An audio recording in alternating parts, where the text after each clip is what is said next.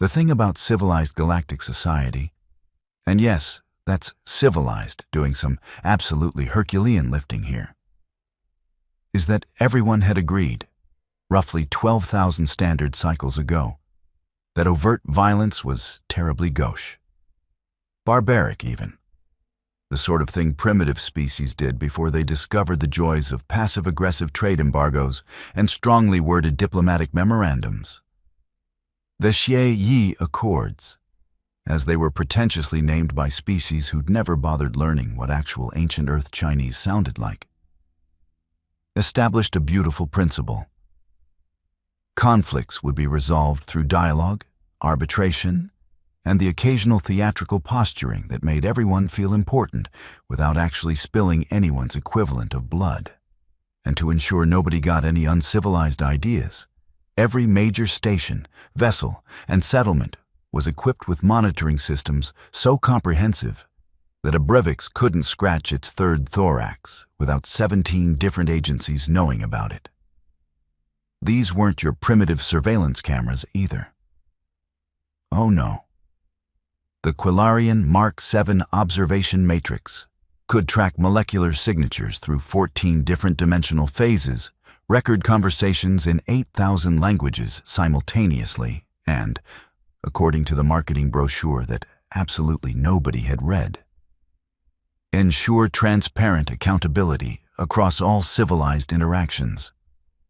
The galaxy had, essentially, turned itself into the universe's most elaborate reality show. Except instead of voting people off the station, you filed complaints with the Interspecies Mediation Council and waited 6 to 8 standard months for a response. It worked remarkably well, actually. When everyone knows they're being watched, people tend to behave. Or at least, they behave in ways that won't look terrible when played back during arbitration hearings.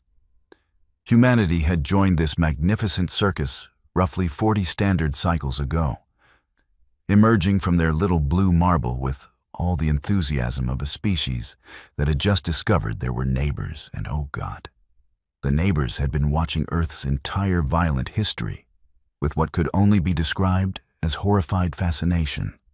The galactic community had welcomed humans with the same energy one might welcome a newly house-trained pet. Plenty of head pats, lots of "isn't that adorable" comments, and a general assumption that Earth's primates would eventually learn to stop breaking things. To humanity's credit, they'd been remarkably well behaved. Polite, even.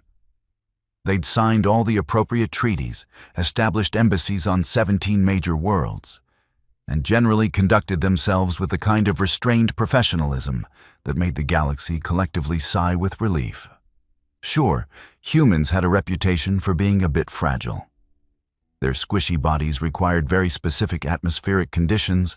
They couldn't regenerate limbs like the Zenthi.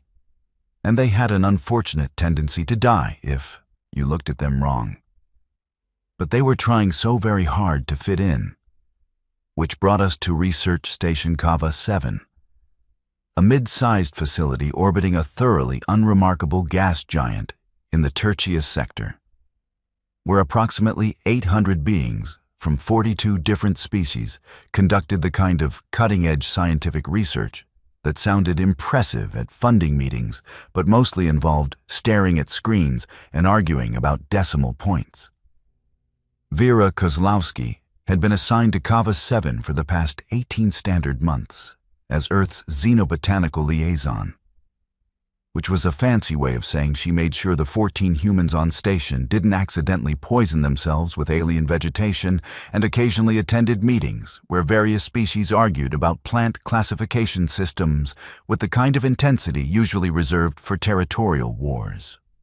She was, by most accounts, utterly unremarkable. Average height for a human at 167 centimeters, dark hair usually pulled back in a practical bun, brown eyes that suggested mild interest in whatever conversation was happening, and a wardrobe consisting entirely of the beige jumpsuits that Earth's diplomatic corps had decided made humans look approachable and non-threatening. She spoke 4 galactic common languages with what her instructors had generously called adequate competency.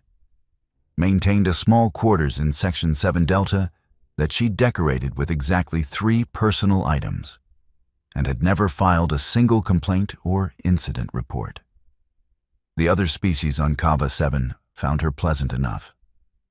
The Breviks thought she was adorable in the way one finds small, harmless creatures adorable. The Zenthi appreciated her punctuality. The Quillarians had stopped noticing her entirely after the first month, which was their version of acceptance. She existed in that perfect sweet spot of being visible enough to fulfill her duties, but invisible enough that nobody really thought about her much, which made her the perfect person to overhear something she absolutely wasn't supposed to. The cultivation bay in Section 4 was Vera's favorite part of the station. A massive hydroponic garden where dozens of species grew their home vegetation, partly for research and partly because everyone got homesick sometimes, even beings with crystalline neural structures. She'd developed a routine of spending her off-duty hours there, maintaining Earth's modest contribution of tomatoes, basil, and a single stubborn orchid that refused to bloom despite 18 months of careful attention. On this particular station cycle, she'd arrived earlier than usual, somewhere around the 3rd shift when most of the station's population was either sleeping or pretending to work while actually watching entertainment feeds from their home worlds. The bay was supposed to be empty. It wasn't. 3 voices carried across the humid air, speaking in Zenthi Prime, which was unfortunate for them, because Vera had spent 6 months on Zenthos during her training and had become reasonably fluent out of sheer stubborn boredom. The translation implant behind her ear was actually unnecessary. But she'd learned early in her diplomatic career that letting people think you couldn't understand them led to all sorts of interesting conversations. Ridiculous that we're even having this discussion, the first voice was saying. She recognized it. Krelik, senior researcher in the Xenomineralogy department. A Zenthi with the kind of prestigious family connections that made him insufferable at social functions. The deposits in Sector 47 Gamma are clearly within our surveyed territory. Your surveyed territory, came the second voice. Thex, a Breviks trade coordinator with a gambling problem and a chip on all 6 of his shoulders. Funny how that survey happened exactly 3 cycles after our initial exploratory mission to the region. The third voice was new, or at least unfamiliar. Deep, resonant, with the kind of harmonics that suggested a Quillarian. The Mediation Council will rule in favor of whichever species files the most comprehensive brief. This is known. What isn't known is whether certain inconvenient data points will make it into those briefs. Vera had frozen halfway to her tomato plants, processing what she was hearing. Sector 47 Gamma had been all over the station's gossip network for the past few weeks. A region of space where preliminary scans suggested massive deposits of thoraxite, a mineral that was both rare and stupidly valuable. 3 species had claimed discovery rights, which meant 3 species were about to spend the next decade in arbitration hearings unless something changed. You're suggesting we alter survey data? Krelik's voice carried a note of scandalized delight. That would violate approximately 47 different sections of the Cooperative Research Accords. I'm suggesting, the Quillarian said smoothly, that data can be interpreted, and certain interpretations are more favorable than others. The issue is the human observation team that was present during our initial surveys. Their recordings are annoyingly comprehensive. Vera's blood went cold in a way that had nothing to do with the bay's temperature controls. The human team submitted their findings to Earth's database. Thex said, "Standard protocol." "Earth's database," the Quillarian replied, "which we can't access without triggering approximately 900 diplomatic alarms.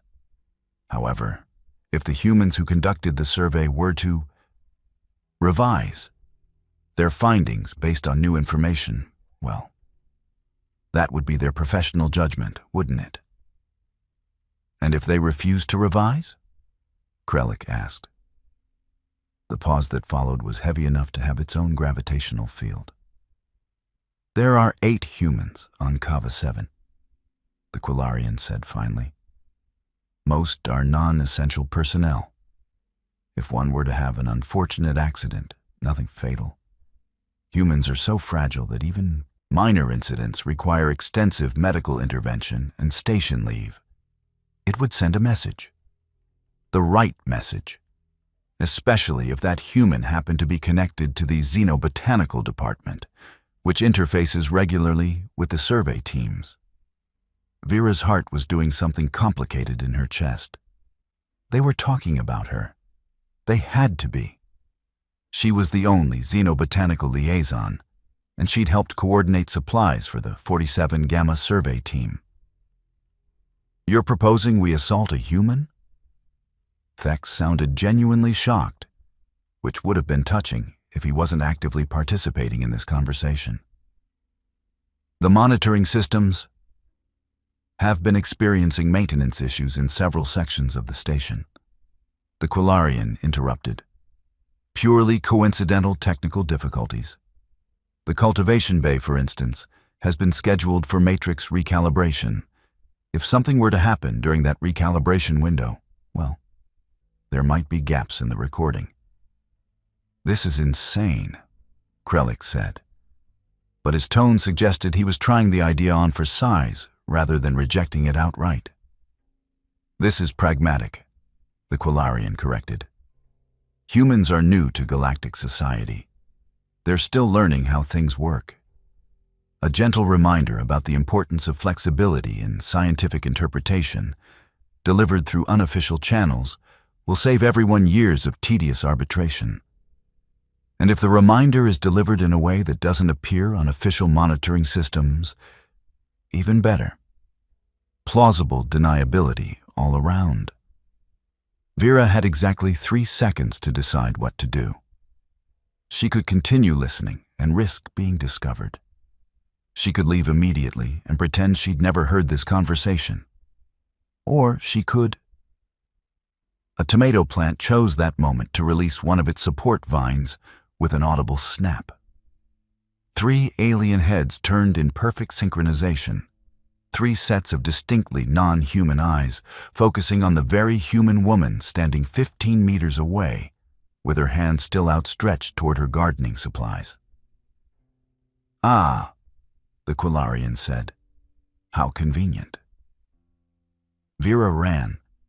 She made it approximately 12 meters before Thex's manipulation field caught her ankle, sending her sprawling across the pathway between crop rows.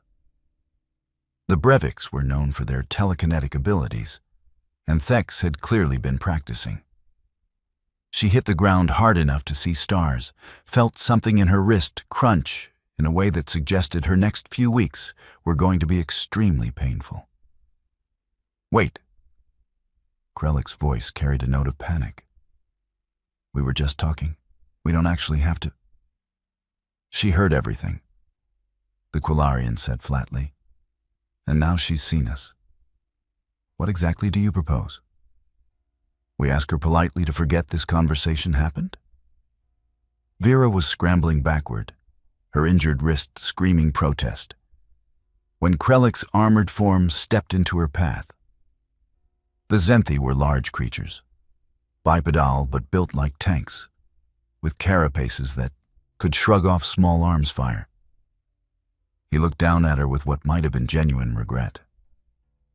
I'm sorry, he said. This wasn't personal. Funny, Vera gasped, still trying to put distance between herself and her attackers. It feels pretty personal from here. Thex's manipulation field grabbed her again, this time wrapping around her torso and lifting her off the ground. It felt like being squeezed by an invisible giant hand, pressure building against her ribs until breathing became a conscious effort. Don't kill her, the Quillarian said, still maddeningly calm. Injure, frighten, Make the point clear.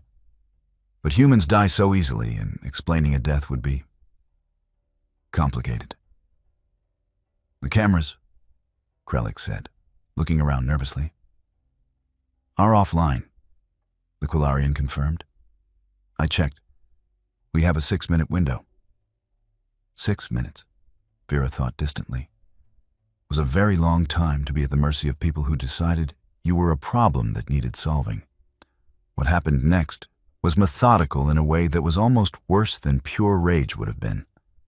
Thex's manipulation field slammed her into a support pillar. Once, twice, 3 times, each impact driving the air from her lungs. Something else cracked, a rib, maybe 2. Krellick stood guard, his massive form blocking any potential escape routes, while the Quillarian watched with the detached interest of someone observing a mildly interesting experiment. Earth needs to understand its place, the Quillarian said conversationally, as if they were discussing weather patterns instead of assault. You're children in a galaxy of adults. Children who don't know when to keep their mouths shut. Vera tried to respond, but Thex's field tightened around her throat, cutting off whatever defiant response she'd been formulating. Black spots danced across her vision. This was it, she realized with a strange clarity. They'd miscalculated. Humans might die easily, but apparently these 3 had forgotten just how easily. Then, just as abruptly, the field released her. She hit the ground in a heap, gasping for air, every nerve ending screaming. Through the haze of pain, she heard Krellick say, "That's enough. Any more and we risk." She gets the message, the Quillarian agreed. Don't you, human? Vera didn't respond. Couldn't respond. She focused on breathing, on staying conscious, on memorizing every detail of their faces because some primitive part of her brain insisted that survival meant bearing witness. When you're recovered, the Quillarian continued, you'll contact your survey team colleagues. You'll explain that there may have been errors in the initial 47 gamma data. You'll recommend a review with revised interpretations. Do you understand? Vera managed a nod that might have looked like agreement or might have just been her head lolling forward. Excellent, the Quillarian said. Remember, this was an accident. You fell while tending to your plants. The monitoring systems were offline for maintenance. No one will believe otherwise. Earth is so very far away, and you're just one liaison among hundreds. Who's going to care? They left her there, crumpled among the tomato plants, bleeding internally and externally, with at least 3 broken bones and the kind of injuries that would require weeks of medical intervention. What they didn't know, what they couldn't have known because they'd been so very clever about their timing and their technical sabotage, was that the Quillarian Mark VII observation matrix was actually redundant by design. When the primary systems went offline, secondary systems kicked in automatically. And when secondary systems were compromised, tertiary monitoring protocols activated. And tertiary monitoring, as it happened, wasn't routed through Kava 7's local network. It transmitted directly to the Interspecies Mediation Council's central archives as a failsafe against exactly this kind of technical malfunction. Somewhere in a data center 3 sectors away, every moment of Vera Kozlowski's assault was being recorded in 8,000 simultaneous translations, tagged with priority flags, and queued for immediate review. But the really unfortunate part, unfortunate for Krellick, Thex, and their Quillarian associate anyway, was that tertiary monitoring also transmitted to each species' home system as a courtesy notification of potential treaty violations, which meant that even as Vera lay bleeding among her tomato plants, a compressed data package was racing toward Earth at faster-than-light speeds, carrying video evidence of 3 aliens methodically beating a human diplomat while the cameras were malfunctioning, The message reached Earth's diplomatic command approximately 47 minutes after the attack ended. The response was immediate, though not in ways the galactic community had learned to recognize as dangerous. Earth's official statement, released through proper channels within 90 minutes, was a masterpiece of diplomatic understatement. It expressed grave concern regarding alleged injuries sustained by one of Earth's representatives. It requested full cooperation from station authorities in investigating the incident. It noted, with the kind of politeness that should have been a warning sign, that Earth was dispatching medical personnel to ensure proper care for its citizen. What the statement didn't mention was that the medical personnel were arriving aboard the UESS Vigilant, a deep space cruiser that Earth's military had insisted was purely defensive in nature, despite being armed with enough firepower to sterilize a small moon. Or that the Vigilant was being accompanied by 3 support vessels that were definitely not packed with Marines in powered armor. Or that 6 other human military vessels had quietly begun routine repositioning maneuvers that would place them within striking distance of Kava 7 within 72 hours. Earth's diplomatic corps had learned something during humanity's first 4 decades in galactic society.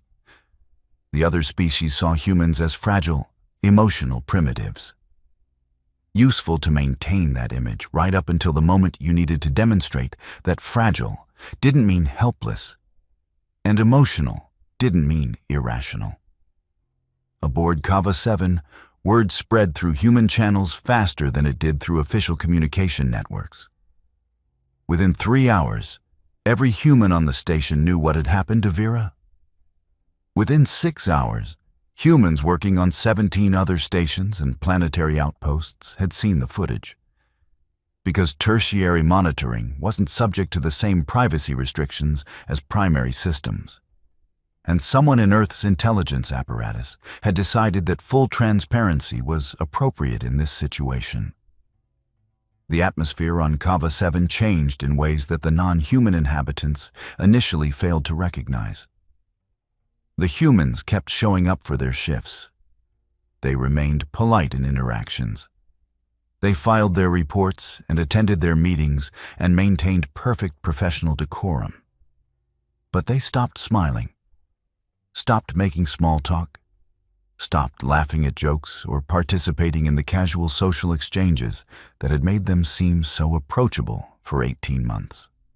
The Breiviks in administration noticed that the human technicians who usually helped troubleshoot computer problems were suddenly too busy to assist.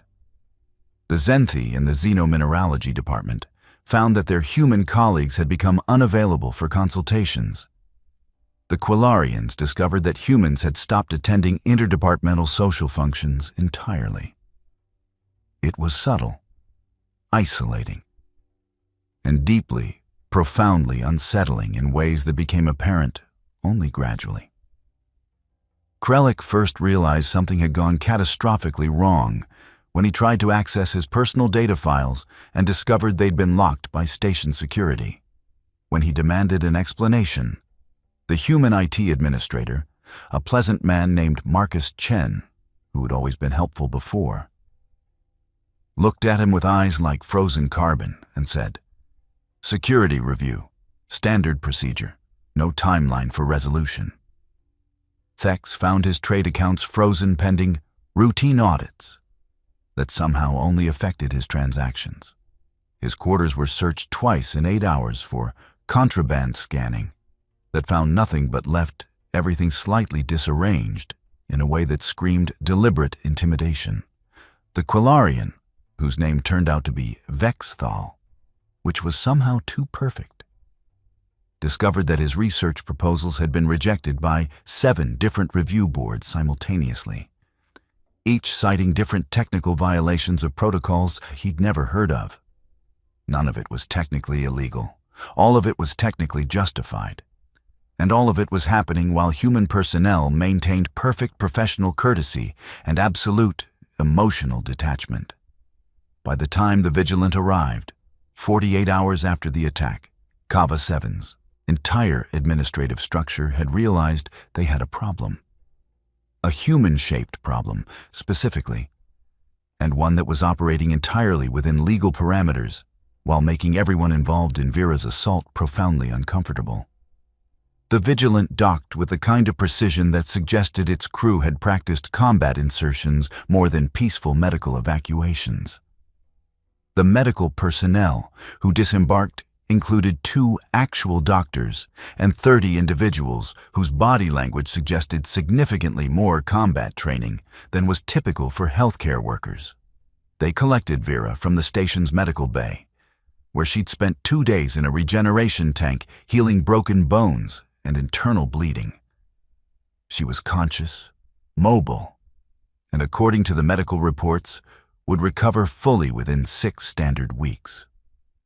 The lead doctor, a woman with colonel's insignia visible on her uniform collar, conducted a brief examination, confirmed the medical reports were accurate, and then requested a meeting with station administration to discuss the incident. The meeting was attended by Kava 7's station commander, a Zenthi named Voral Tesh, who'd been in his position for 12 cycles and had never dealt with anything more dramatic than cargo scheduling disputes. Also present were Krelik, Thex, and Vexthal, each of whom had been advised by the Interspecies Mediation Council's legal representatives that their presence was mandatory. The colonel, her name was Diana Rodriguez, and her service record included 3 classified operations that had made the Zenthi Diplomatic Corps reconsider some assumptions about human military capabilities.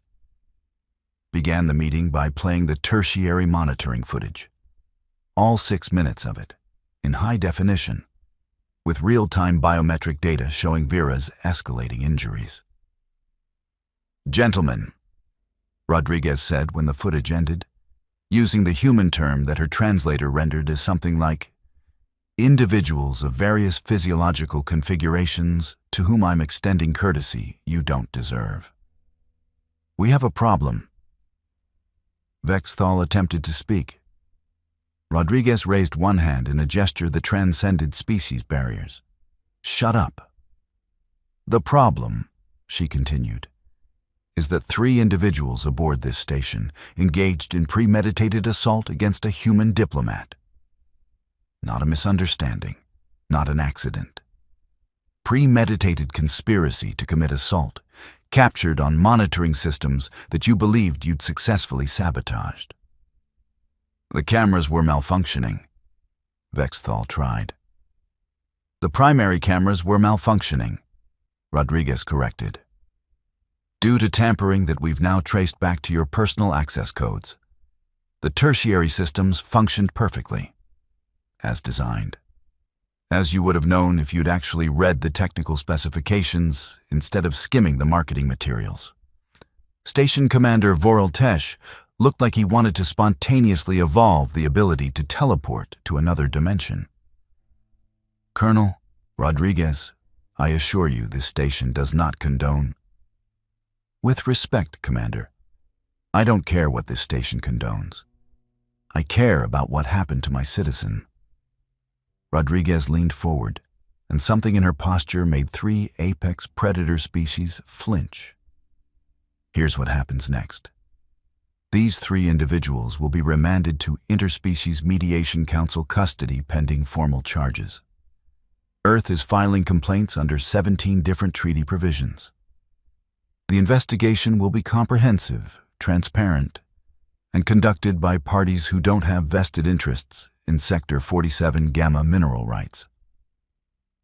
"You can't simply—" Krelik began. "We can," Rodriguez interrupted. "And we are.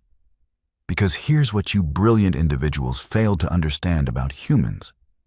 We're really good at following rules right up until someone hurts one of ours. Then we become incredibly creative about using those same rules as weapons." She stood, and the 30 medical personnel shifted slightly in a way that suggested they were very prepared to be extremely helpful if anyone objected to Earth's proposed course of action. "Vera Kozlowski will recover," Rodriguez continued. But you three? You're going to become a case study in why you don't touch human diplomats. Earth is going to prosecute this so thoroughly that every species in the galaxy will know exactly what happens when someone thinks they can intimidate us. It was just supposed to send a message, Thex said quietly, sounding genuinely confused about how things had escalated so dramatically. Rodriguez's smile was colder than vacuum. Oh, a message was sent. Just not the one you intended. The legal proceedings took 8 standard months, which was actually remarkably fast by galactic standards. The evidence was so comprehensive that even the most expensive legal advocates couldn't construct plausible deniability. Tertiary monitoring footage didn't lie, and the biometric data confirmed every impact, every injury, every moment of the assault. Krellick received a 30-cycle ban from interspecies research positions and a fine that would consume most of his family's wealth. Thex lost his trade license permanently and faced criminal charges on his homeworld. Vex Thal, as the primary instigator, received the harshest sentence. 60 cycles in a multi-species correctional facility and permanent removal from diplomatic circles. But the real punishment was the publicity. Earth made sure every species in the galaxy saw the footage. Not as revenge, that would have been uncivilized, but as education, a comprehensive demonstration of what happened when you assumed humans were too fragile, too new, too inconsequential to matter. The galactic community learned several important lessons from the Kava 7 incident as it came to be known. First, that human fragility was a physical characteristic, not a psychological one. Humans could be hurt easily, but they healed, and they remembered, and they were vindictive in the most legally compliant ways imaginable. Second, that Earth's military might have seemed modest compared to older civilizations, but humans had been innovating in violence for their entire evolutionary history. The Vigilant and its support vessels? That was Earth being restrained. Rumors suggested the ships that hadn't deployed carried significantly nastier hardware. Third, and most importantly, that humans valued their people with an intensity that bordered on irrational. You could insult human culture, criticize human policy, even engage in aggressive economic competition with human interests. But if you hurt a human, if you made one of their citizens bleed while thinking you could hide behind technical malfunctions and plausible deniability, then you discovered that humans had been playing by the galactic community's civilized rules only because they'd chosen to, not because they had to. Vera recovered fully, as predicted. She spent 6 weeks in medical rehabilitation on Earth, surrounded by family and friends who treated her like a returning hero despite her protests that she'd mostly just gotten beat up and survived. When she returned to active duty, it was at a different posting, Earth's embassy on Xenthos Prime, with a promotion and a security detail that made diplomatic observers nervous. She never returned to Kava 7, though she maintained correspondence with Marcus Chen and the other humans who'd remained on the station. They'd become something of a legend among Earth's diplomatic corps. The team that had systematically made 3 aliens' lives miserable using nothing but official regulations and creative interpretation of standard procedures. Marcus had apparently kept a file of every rule they'd bent, every procedure they'd weaponized, titled, "How to Ruin Someone's Day While Maintaining Perfect Professionalism." Earth never officially admitted that the Vigilance deployment had been anything other than a medical evacuation. The 30 medical personnel returned to their regular duties without comment. The 6 support vessels completed their routine repositioning exercises and went about their business. But everyone in the galaxy understood the message. The real message. The one that didn't require cameras or monitoring systems or official statements. Touch a human diplomat, and you'll discover that Earth's restraint isn't weakness. It's a courtesy, one that can be revoked at any moment. The Sector 47 Gamma dispute was eventually resolved through proper arbitration channels.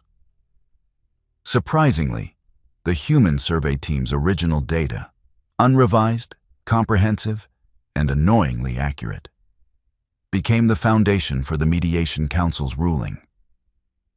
The thorax site deposits were divided among 17 different species based on legitimate historical claims, and none of the 3 species who'd conspired against Vera received preferential treatment.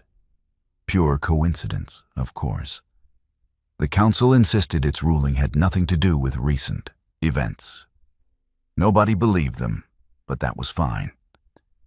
The galaxy had learned to read between the lines. 5 cycles after the incident, a new protocol was added to the GAE Accords, the Kozlowski Amendment, which specified enhanced penalties for assaults against diplomatic personnel during monitoring system malfunctions, whether accidental or intentional. It passed with overwhelming support from species who wanted to make absolutely clear they understood the lesson. And in the cultivation bay of Kava 7, now operating under new management with significantly upgraded monitoring systems that had so much redundancy that system failures were mathematically impossible, Vera's tomato plants continued to thrive. One of the new human researchers had adopted them, tending them carefully, making sure they produced fruit. A small memorial, really. A reminder that seemed unnecessary until you remembered that sometimes the galaxy needed reminding about basic principles, like how civilized societies treat each other, like how monitoring systems exist for everyone's protection, like how you absolutely, positively, never assume the camera's malfunctioned unless you're prepared to discover that somewhere, somehow, one camera kept recording and everyone was watching.